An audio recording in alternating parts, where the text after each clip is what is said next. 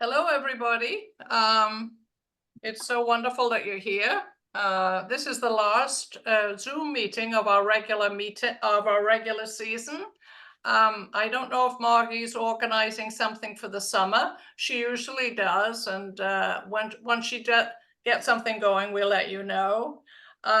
We've had an amazing season. And we've had more people come to the Nature Center than in any other year that we have had.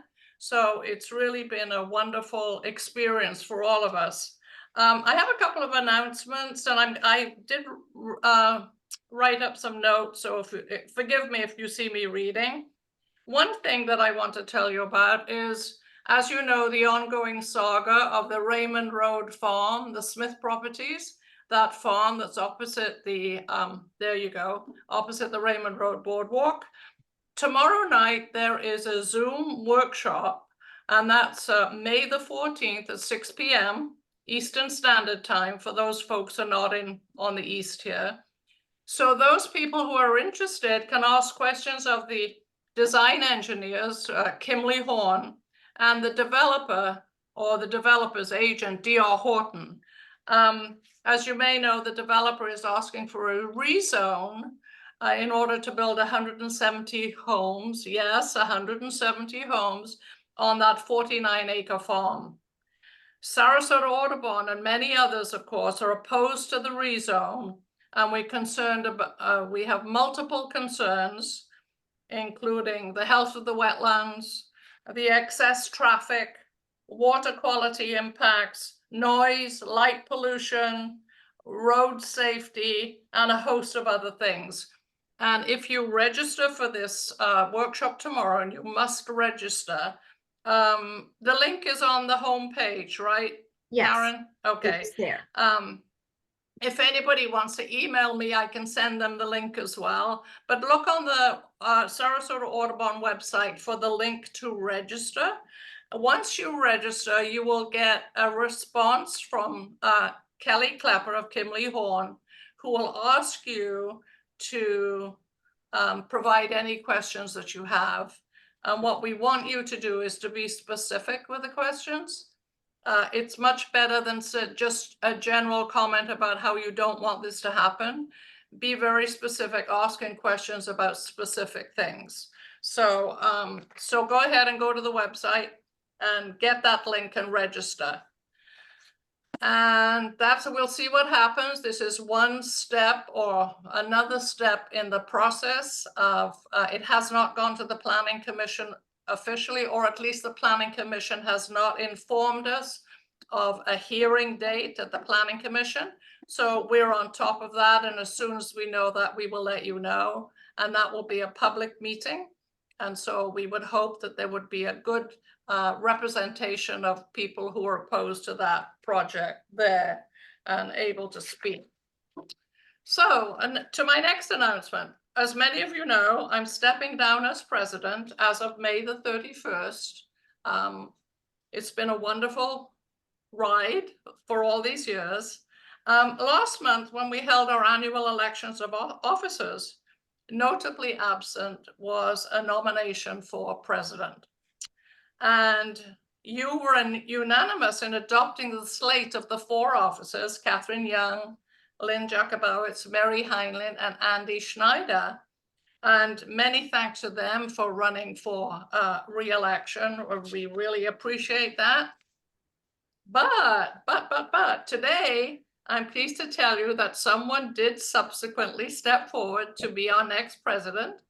Sara Reisinger, here she is with us today. She met the board last week and was unanimously voted in as president beginning June 1st. Sara is here tonight and would like to say a few words to you. And all I can say, Sara, is welcome, welcome, welcome. Thank you so much, Jean. I am very, very excited to be on board and help in any way that I can. I have led other nonprofits for children and families primarily, and I live right on Palmer, about a mile from Celery Fields, and it's a place that's very near and dear to my heart and my family's heart. And I have seen, having grown up in Bradenton and been in this area for nearly 40 years, the changes that have gone on with the developments and the expedited pace at which they are being, the lands that we love and the animals love are being developed. And I want my children to be able to experience the same joys that I had kayaking in Myakka River State Park and enjoying the bays and seeing the birds and the roseate spoonbills that are, were waiting all over Palm Sol Bay when I was a kid. I want those things to continue. And I'm very passionate about that. I have a lot to learn. So thank goodness Jean is sticking around to help me out. And I will be walking step in step with her all summer. We have a plan to meet so that I can really learn how everything is run and where I can be most impactful. I also plan to shadow all of the board members and volunteers in each position so that I can see what everyone does and where I might be with my particular skill set the most help to everyone. Really looking forward to getting to meet all of you. If you see me anywhere, please come up and say hi. I'd love to meet everyone, and I can't wait to learn more. That's great. Well, you're so welcome, and so I can't express how happy I am that our work will continue at Audubon with a wonderfully energetic woman whose heart is in the right place as far as the environment is concerned. So good luck and welcome. Thanks, Jean. Okay, now over to Margie, who's going to introduce our wonderful speaker. And there you go. Thanks. Thank you. First of all, I would like to reiterate what Jean just said. Welcome, Sarah. I said hello to you, but I didn't welcome you. It's great to see you there. Thank you. So this is the last formal meeting that is scheduled as of now. And as Jean said, I fully intend to find one or more. I mean, I have some really good ideas of one or more speakers to have over the summer. As you may recall, we had Peter Kaesner, the #1 ranked birder at 10,000 species of birds in the world, speak at the beginning of August last year. And he was unbelievable. He would have gone on all night, and I have a feeling our members would have too.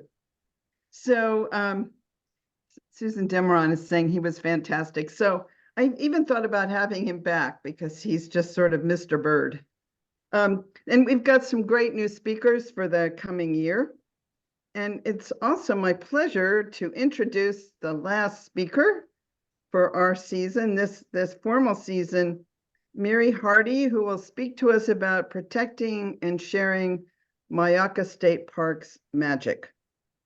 And she's going to talk about the very fragile ecosystem of the park and tell us with photographs and stories, just remind us how important it is. And Miri is leader of the Friends of Myakka State Park. Actually, it's Friends of Myakka River is the name of the citizen-supported organization that Miri heads up right now. This organization was founded in 1993 by Helen King's mother, Dr. Mary Jelks, who partnered with the park management to conserve the park's delicate ecosystems and support the park's infrastructures with funding various capital projects, as well as important research management goals. This, as I think you all know, this is just such an important state park. It's the largest and oldest one, and I'm sure Miri will fill us in on more details. So Miri's been involved as the first executive director of Friends of Myakka River, starting in 2021, and now you're formally employed by them, right, to run this volunteer organization. And she's very much in alignment with Sarasota Audubon, and we really need to give her and Friends of Myakka River support in this very important dynamic, changing time. Yeah. I'm trying to be very ethical and proper in how I speak about it, but they're all good things. There are many things we need to uplift for the good of humanity, starting right here in Sarasota and with Myakka State Park. Miri, take it away.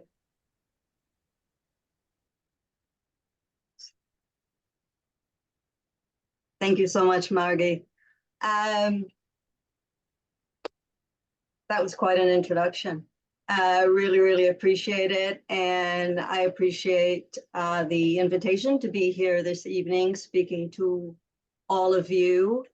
And I couldn't agree more, Margie, that this is a very unique time. Obviously, there is a lot to talk about in regard to Myakka River State Park. There's a lot to talk about in regard to everything that's happening in Sarasota County.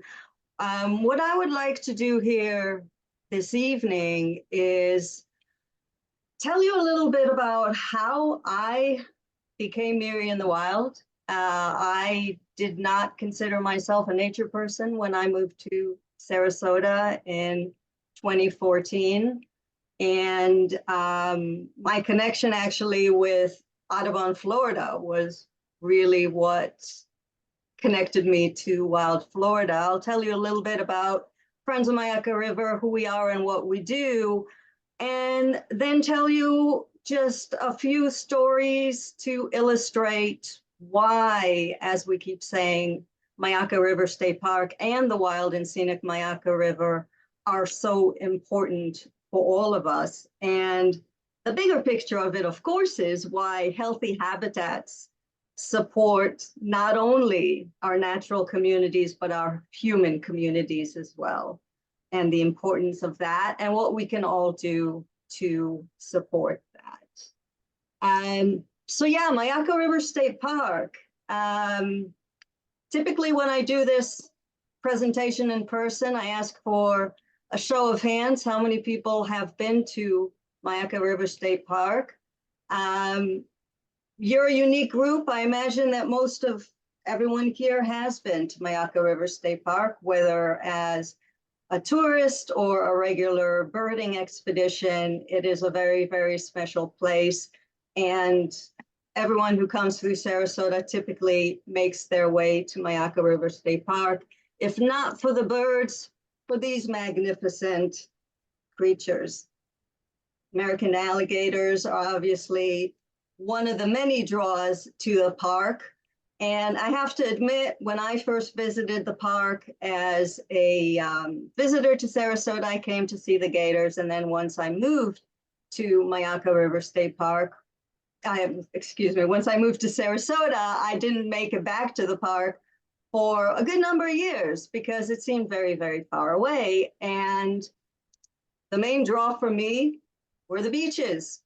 And those of you who visit our magnificent beaches, and those of you who have been around for a while might remember that 2016 was a very, very unique year on Siesta Beach. Between Access 5 and 7, there was this amazing tidal pool that formed, and the birds, they have their networks, they find out about these things, and they showed up in droves. Now me, I am not a nature person at the time. I had never seen a pink bird before. And there were a lot of pink birds on that beach. Now, I didn't know much about birds, but I knew that it wasn't a flamingo. And that was the first time I saw roseate spoonbills. And some mornings I would show up and there would be over 12 of them. And I saw my first wood stork and every single type of heron you could imagine. And it was amazing. And I learned and I learned and I learned, because that's what happens when you see something so amazing that piques your curiosity and you're interested in learning, which is something that I admit I like learning about things. So this was absolutely amazing. And 2016 was also a very unique year. As I was walking the beach, I noticed some signs and some posts and some string. And I noticed some individuals that had shirts, and on the backs of them, it said, "Ask me about the birds." And I later found out that they were volunteers with Audubon, Florida. And I also found out that something very special was going on. They noticed that I seemed curious, and they beckoned me over and they asked me if I'd ever seen snowy plover chick before. I said, "I've never seen a snowy plover before, not to mention a chick." And they beckoned me over and they showed me cutest little things I'd ever seen in my life. These little cotton balls on matchstick legs hopping around. And I will mention that I'm also grateful. Since then, my photography has gotten a lot better, but I cherish this photo of these two cute little snowy plover chicks huddling under their dad as they do. 2016, these were the last two chicks to successfully fledge on our Sarasota County beaches, 2016. And that kind of blows my mind. That year, I learned a lot of phrases I didn't know before. I learned about habitat degradation, what happens when the place where wildlife wants to live becomes too crowded for them, the food they need isn't there, predators that didn't used to be there are there, and doesn't end well for them. I also learned, interestingly, that you can conserve a piece of land. Those of you who are familiar with Siesta Beach might know that there is an area that has been conserved by the Conservation Foundation of Gulf Coast. It is protected. You can't build on it. But if the area around it degrades, that doesn't help the snowy plovers anymore. And again, they have left to go to places that are supporting their needs. I've also since learned that when wildlife leaves, we are losing an important link, an important component of our environment. And typically when those links disappear, it's kind of like, if you envision it like a Jenga game, it all starts out very stable.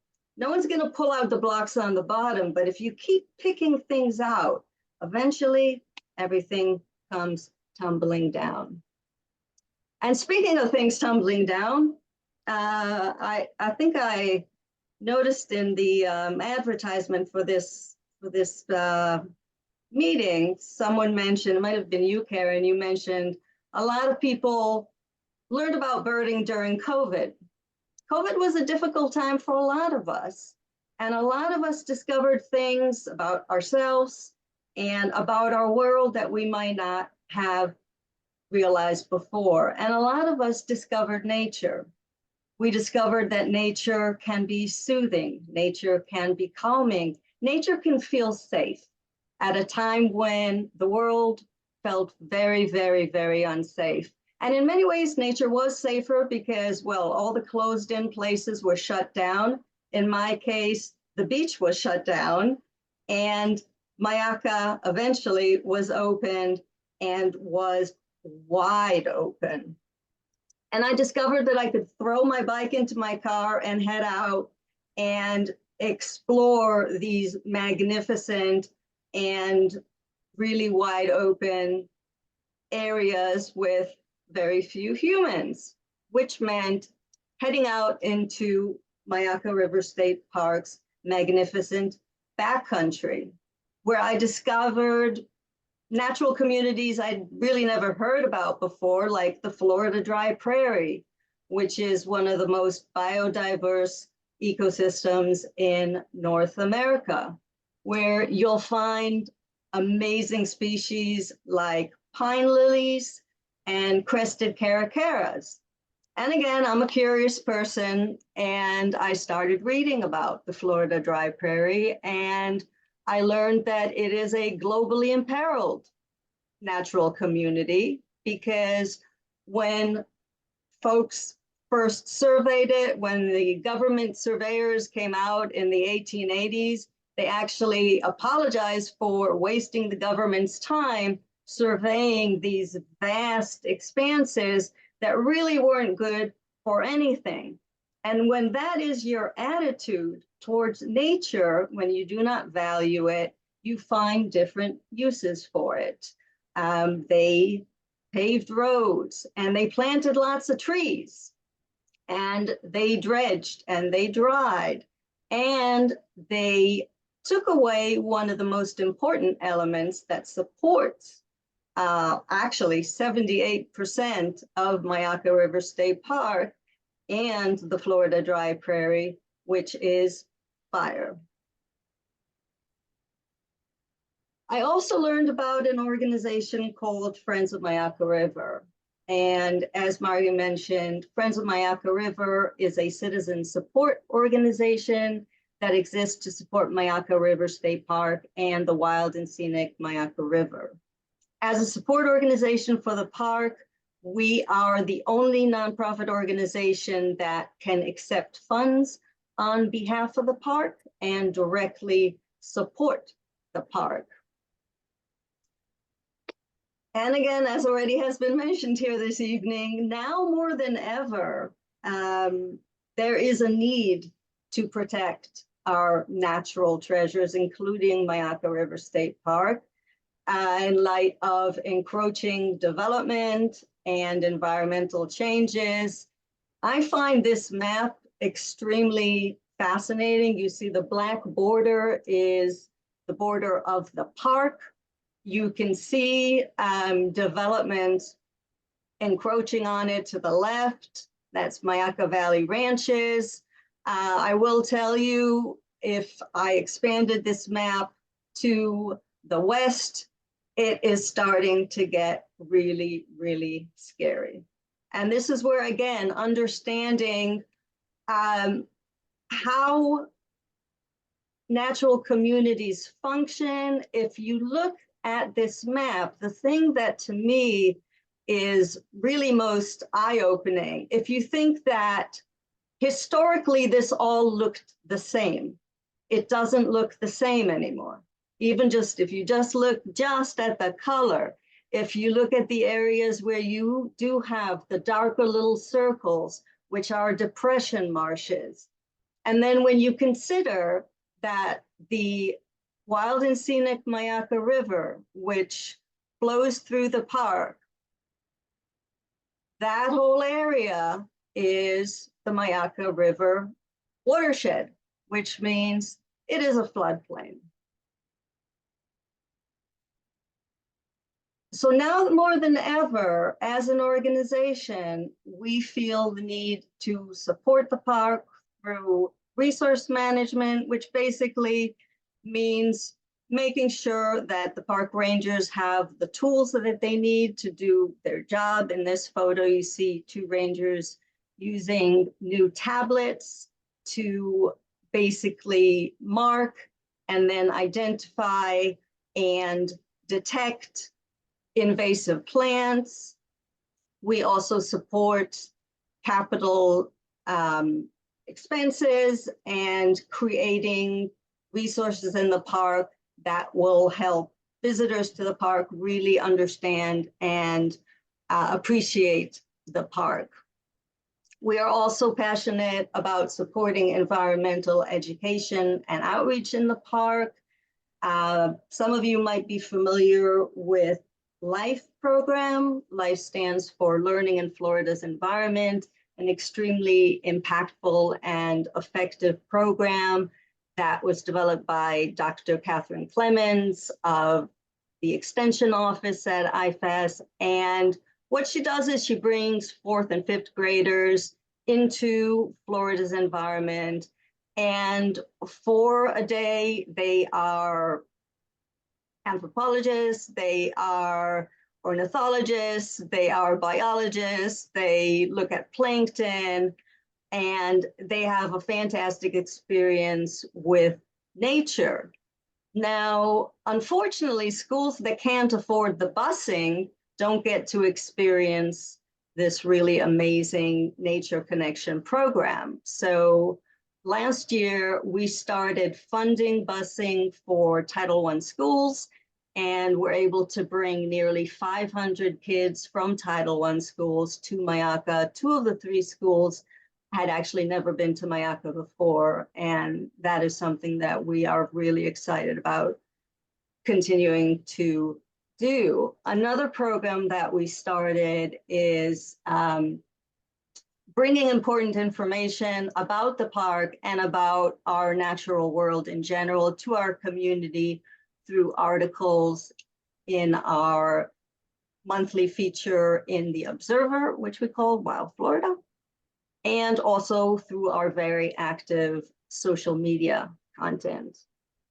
And finally, again, now more than ever, us, our community, our members, understanding what the park's needs are and how it's being affected by everything that's happening around us is so important. And what we've been focusing on is really building a community of people who care about the park and creating those connections so that we are speaking in a unified voice and understand what policies are in place to help protect the park so that we can get ahead of some of the developments that are moving towards the park.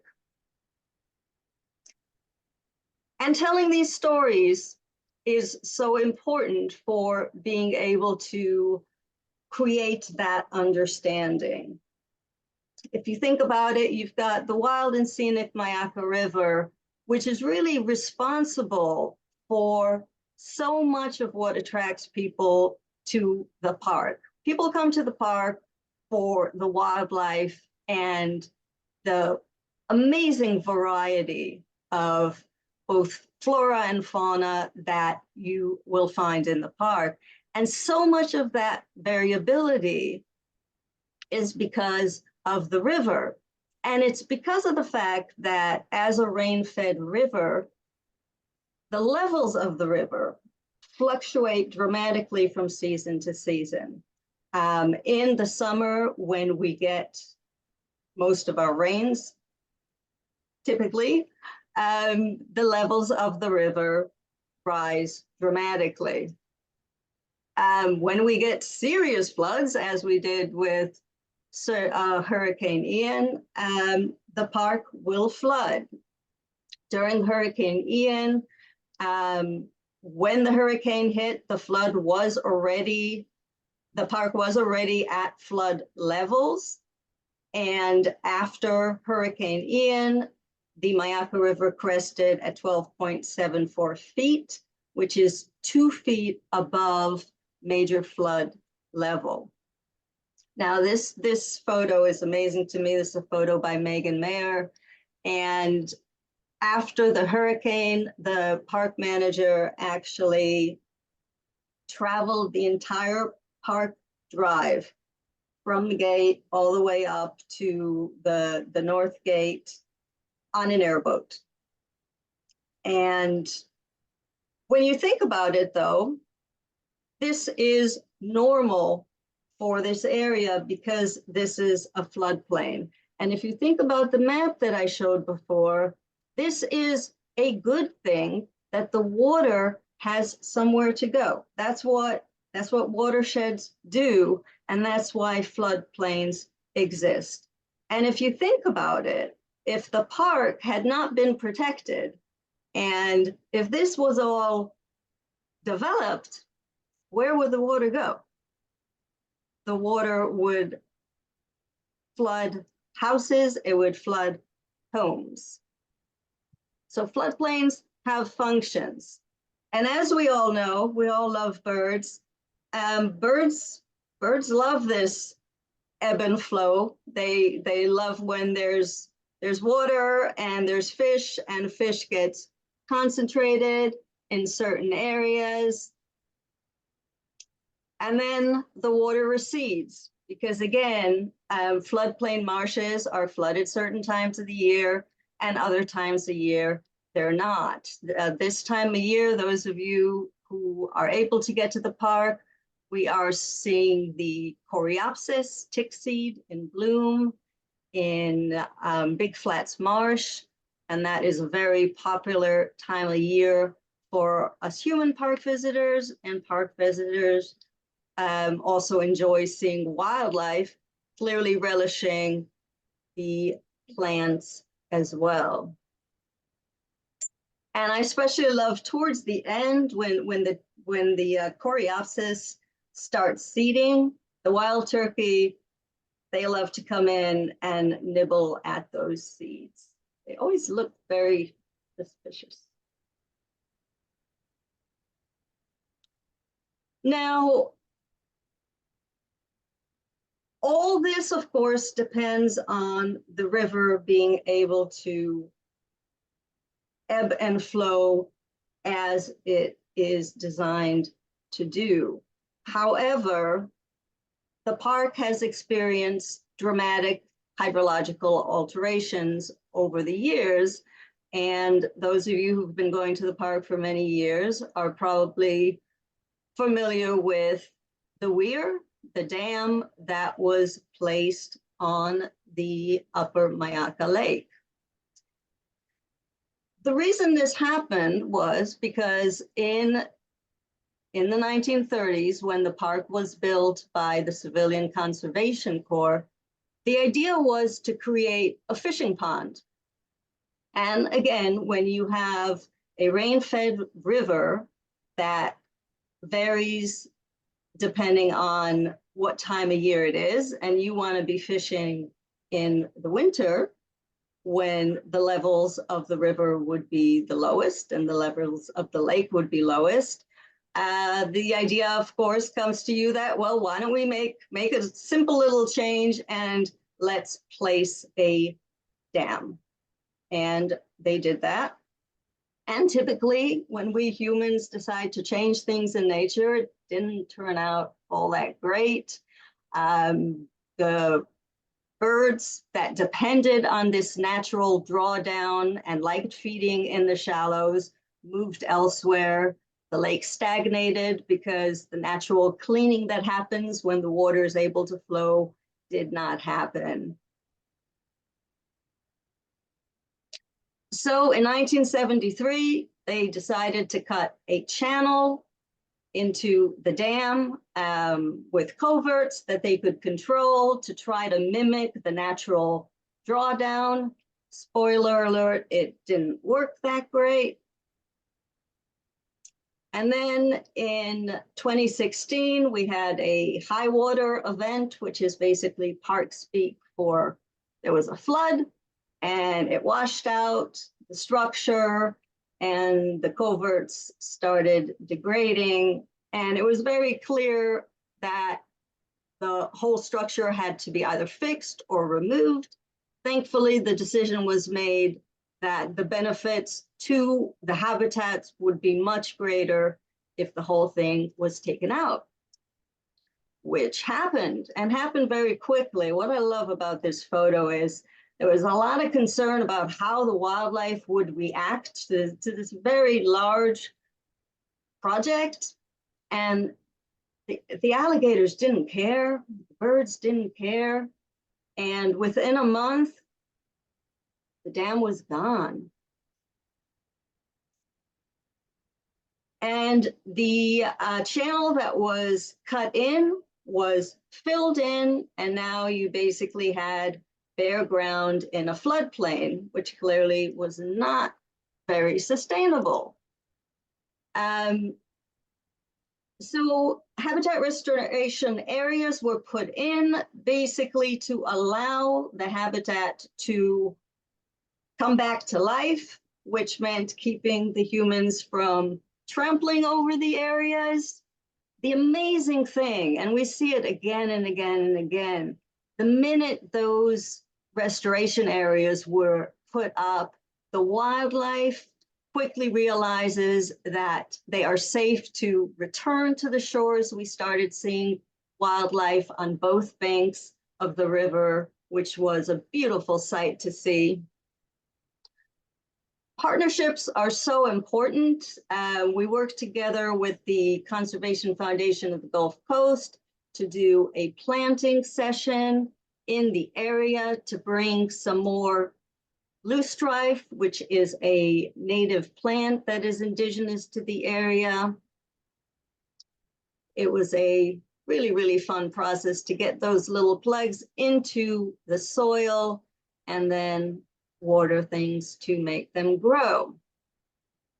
Now, what was really, really amazing, I kind of started my story with birds and I'm going to end my story with birds, is to watch wildlife respond to a newly restored area. In 2023, in the winter, for the first time, we noticed a very, very large flock of black skimmers in the park. I'm talking over 92 birds. We will see black skimmers at Myakka. Some of them like to hang out there, but we've never seen that many birds in the park. One thing that's important to remember is early winter in 2023, we were experiencing a really, really severe case of red tide on our beaches. And the birds clearly were taking refuge in a place that was not impacted by red tide, where they can find food. And what they also found, because of the dam removal, was newly restored habitat, beautiful habitat that they greatly enjoyed. And what they started doing is they started hanging out exactly in the area that was restored in the outflow of the upper Myakka Lake into the river. And as birds will do, they decided where they wanted to hang out, which was probably not the most optimal place because they were just outside of the habitat restoration zone, which meant they were outside of what could have been an enclosure for them. And when you have a large flock of really cool looking birds, of course, they got disturbed by park visitors who were just curious and wanted to see them. Now, because the mission of Florida state parks is to protect imperiled species, regardless of whether it's nesting season or not, what we were able to do is extend the enclosure to protect the birds. And because we were able to see them up close, we were able to detect that some of the birds were banded. Those of you who are familiar with bird banding know that banding is a process where threatened species are given a unique identifier, a band that has an ID on it that allows us to identify unique birds. And this bird, 5B, I was absolutely thrilled to see her because I knew that this was one of our black skimmers, our Sarasota black skimmers, who she was born in 2019 on St. Pete Beach, but she's been nesting here in Sarasota with our North Lido colony she was nesting for 2 years back in 2023. And there she was at Myakka River State Park, which was really pretty cool. And then that summer, she was in South Lido, which is where our black skimmers nested last year. I love this photo by Doreen. This is 5B's fledge begging for food. Clearly 5B didn't want to feed baby that day. And then after Idalia, I spotted 5B on Siesta Beach with, I'd like to think that's her fledge over there in the background. So clearly she survived a storm that completely flooded South Lido. And just this weekend, there was 5B with our Lido colony that is now again in Sarasota, getting ready for hopefully another successful season for this state threatened bird.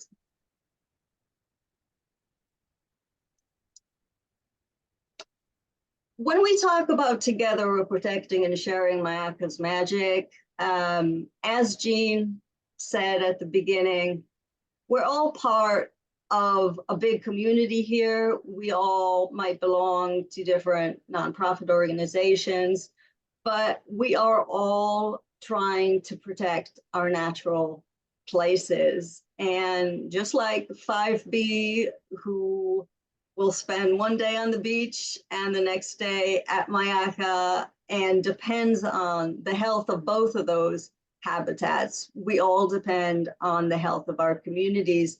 And the more that we understand about these natural communities and what they need to survive, we can better inform our communities, we can better inform our policymakers and our legislators, and just be better advocates for our natural places.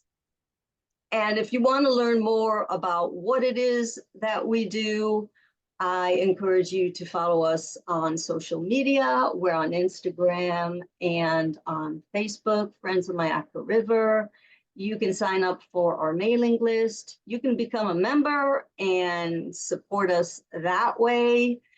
And you can get involved in a lot of different ways. And the best way to do that, if you scan that QR code, you'll go straight to our website and you can do all of those things. But again, to my mind, this is the beginning of a conversation, and I welcome any questions that you have at this point.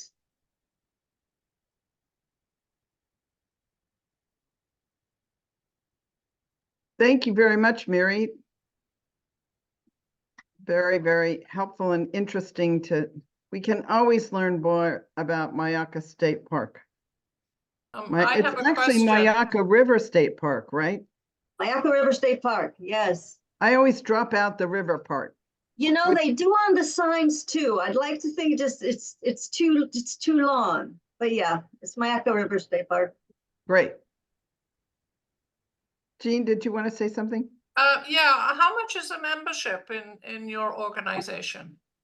Membership is an absolute bargain.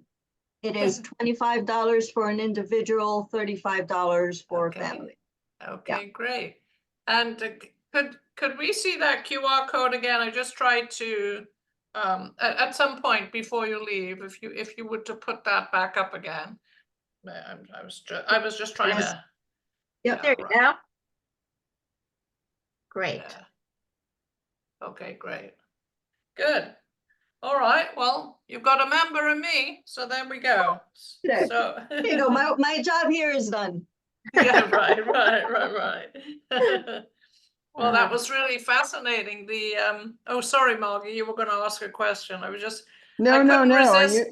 couldn't resist following up on the skimmer. So somebody in the park first saw the band on the skimmer and that would be me. That would be me. No kidding. Yeah. Did you do it by all those telescope photos or what? ones marked are mine. Yeah. Oh. Yeah. Oh, that's great. And then what? You've been hunting all up and down the beaches on Lido to try and find that one again? Well, I should say I have been a volunteer with Audubon, Florida for the past 7 years.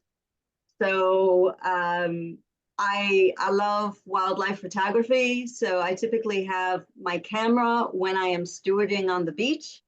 It helps pass the time when it's a bit slow. It's also a great conversation piece. Some people don't feel comfortable talking about the birds, but they love talking about my camera. And I'm fascinated with bird banding. The thing about bird banding, it's obviously a really, really important conservation tool, but it's also a great conversation tool. It's great for telling stories. The same way, I think the story 5B, I call her Phoebe because it's cuter than 5B. It's just such an impactful story. That story with the black skimmers was actually used by the engineering company that did the dam project to illustrate the success of the story.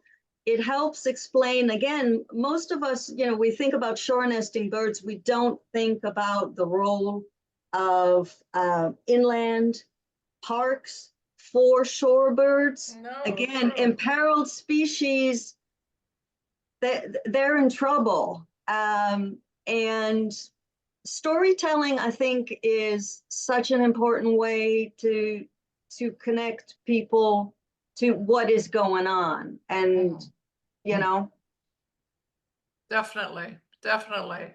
Okay, Margie, it's your Got turn. a couple questions here.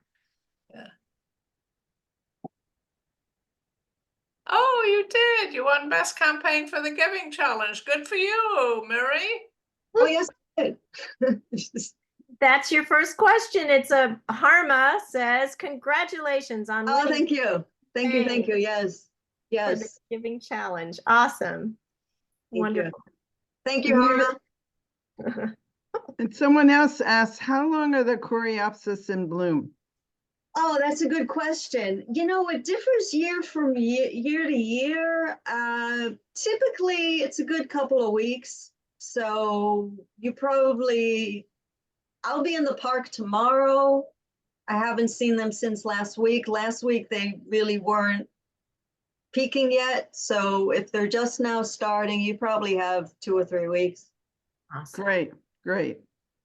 Someone else asked the all-important question of, have they restored the food service concession in the park? That's an important question. That is a really complicated issue. The problem is the building. So the building has not been reopened. It is requiring a lot more renovations than at first they thought. There is a food truck that they're operating out of. And they do have beer as well, I understand. But yeah, sorry, not yet completely reopened. What happened was that as a result of the hurricanes? No, The building went- No, it was before that. Yeah. So does anybody else have any questions? We learn more about the park and about the work that you do, which is just really wonderful. I was in Myakka twice in the last 2 weeks, actually. And of course, the biggest draw certainly from my family from Europe is to the alligators.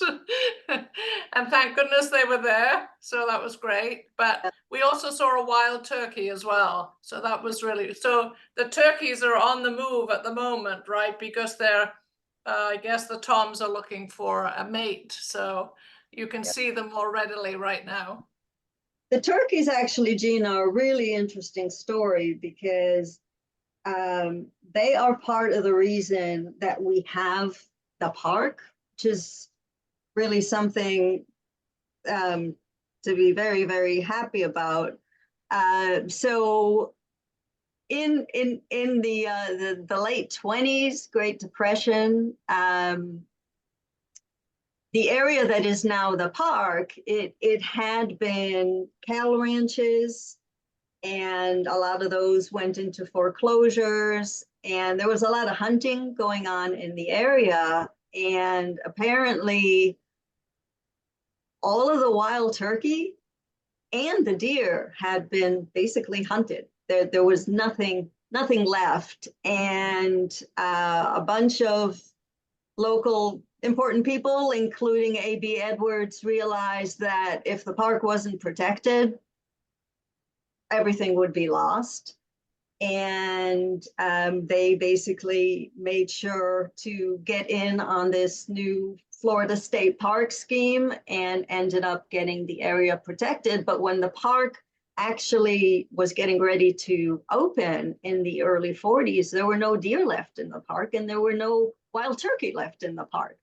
So one of the first park managers, Alan Crawley, actually went down to the Everglades and he imported wild turkey and deer to the park. And he built a very, very large, it was 5 or 6 acre pen in the area off of Ranch House Road. There's just a big pen. And if you look very carefully, there's still some posts left that have a little bit of barbed wire, and they're remaining from that pen. And they bred the deer and the turkey and let them loose in the park. Miri, Yeah. what about the pigs? I think the pigs survived the hunters, right? Unfortunately, the pigs were brought in by the Spaniards. And yeah, so the story goes that it was eight wild hog, well, yeah, 8 hogs were brought over to Cuba. And from those 8 wild hogs, we now have a huge problem. But Yeah. they did not have a problem even with the hunters. They weren't extirpated. No. They're fecund. Yeah, no, they are invasive, and they are a big problem. Yeah. And in Myakka River State Park also. Oh yeah. So one thing I wanted to ask you, and I did volunteer work, believe it or not, for the county, Sarasota County, tracking swallowtail kite nests in 2019 before the pandemic. And so I worked in Carlton. And as you know, that's really across the street from Myakka State Park. And so I guess that whole area before they built 72, or even when they built 72, that was just this enormous it was really for hunting and cattle ranching. Is that what Myakka State Park was also? Myakka River State Park, yeah, there were, well, Bertha Palmer, she bought a ranch that was already existing in what is now the park. There were a couple of cattle ranches there as well. Yeah. But I mean, if you go further back in time, you just had expanses of Florida dry prairie and hammocks and a whole bunch of other stuff that, when left to do its own thing, very nicely managed itself. Yes. One last question. Well, in the Q&A. do you want to ask it, or I'm still Oh, asking? go ahead. No. Go ahead.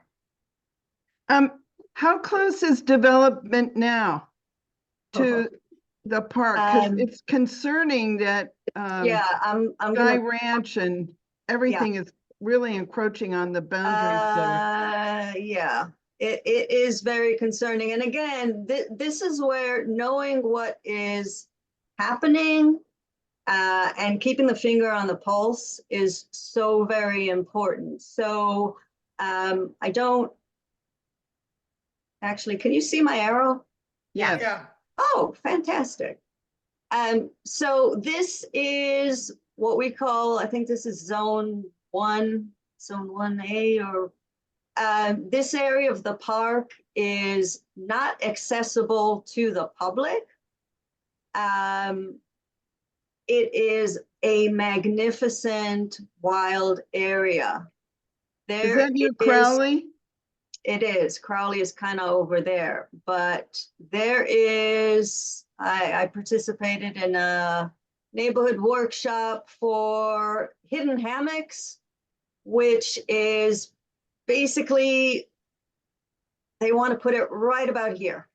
So this is how close it'll be to the park. This will be the southern boundary of the park. Can So you the please same say what hidden hammock means? hidden hammock. That's the name of the development. That's the name of the Oh, development. gosh. Hidden hammocks.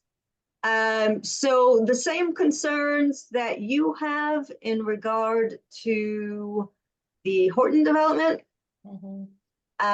noise pollution, Yes. light pollution, Traffic.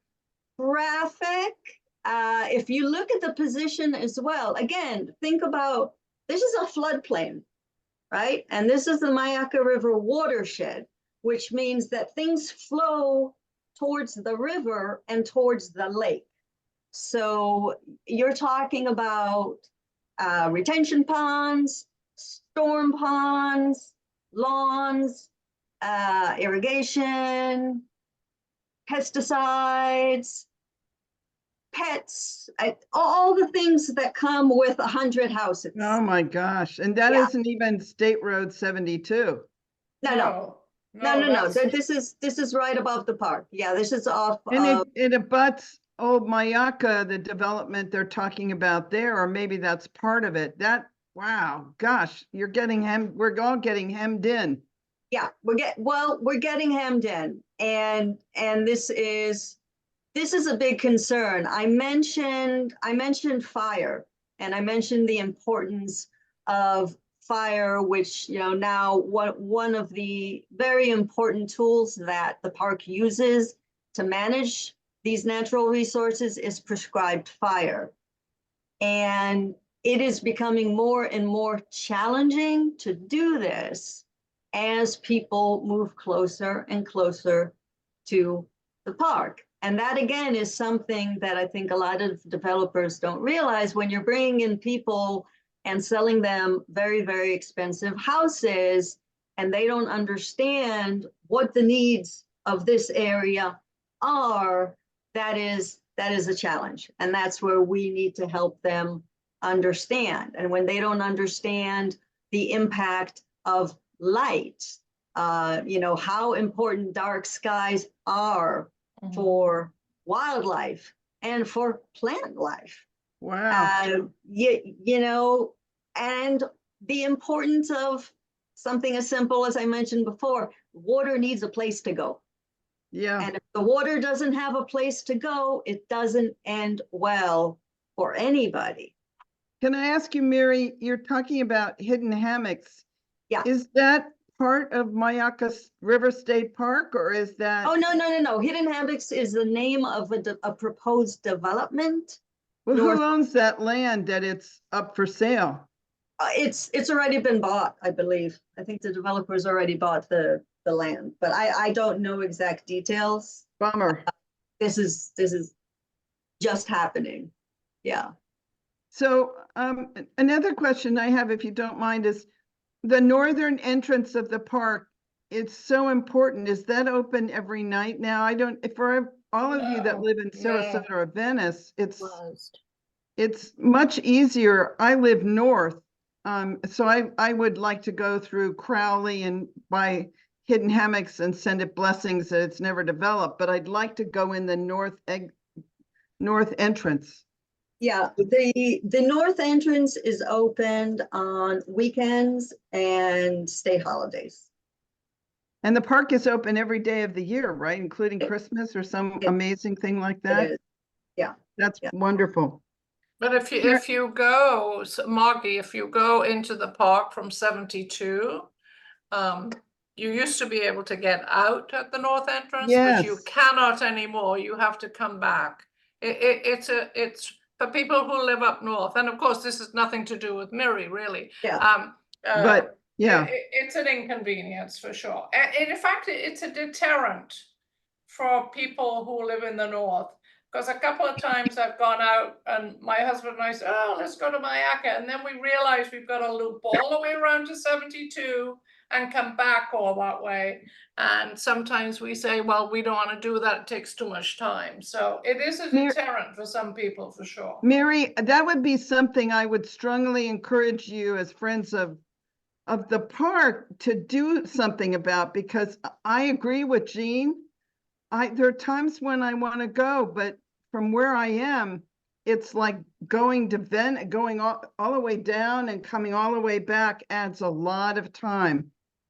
I think one thing that I have learned is, and one thing I so very much appreciate is how challenging managing a park Yes. that is over 37,000 acres Yep. is.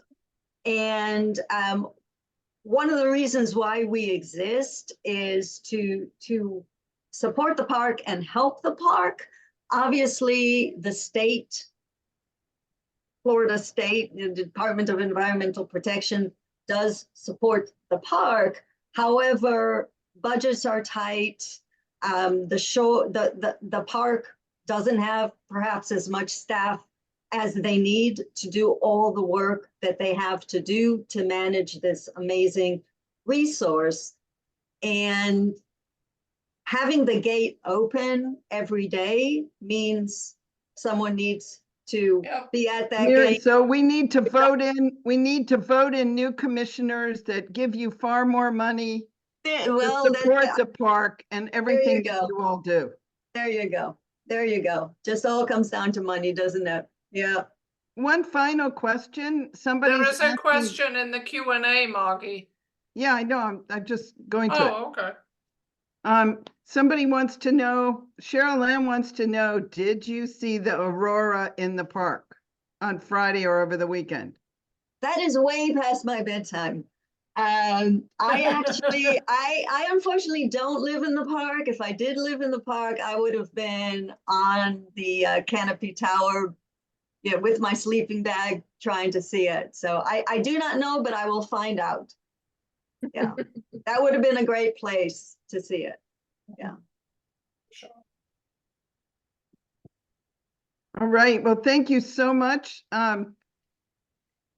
We all need to send Myakka River State Park and all of the green spaces in Sarasota County, Manatee County, and Florida, and all over the world. Blessings that we prosper and save it all. Amen. So thank you for your time. Thank you, Miri. Thank Wonderful you. talk. Thank you, everyone. Yes, really terrific. Okay. All right. So everyone have a great summer.